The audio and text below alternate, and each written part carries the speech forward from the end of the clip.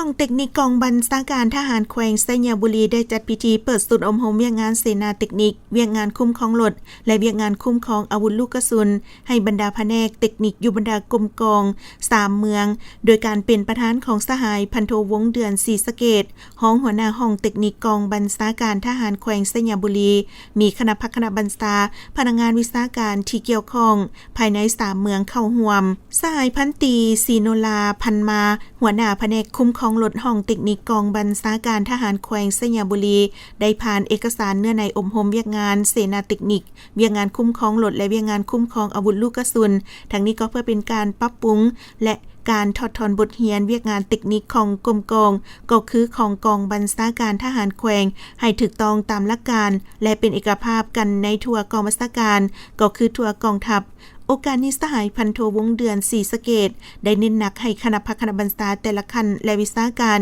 จงพร้อมกันยกสูงความรับผิดชอบต่อหน้าที่การเมืองของตนให้สูงกว่าเก่ากำแน่นทฤษฎีหลักการให้ลึกซึ้งปฏิบัติตามหลักการให้เป็นเอกภาพและพร้อมกันนำเอาบทเรียนที่ได้ฝึกอบรมในครั้งนี้ไปนำใช้เข้าในเวียกงานวิชาเฉพาะของตนให้ได้รับคุณภาพสูงรับประกันให้แก่การเบิกจ่ายนำใช้ถูกต้องตามหลักการของกรมกองก็คือกองทัพห้อยส่วนห้อย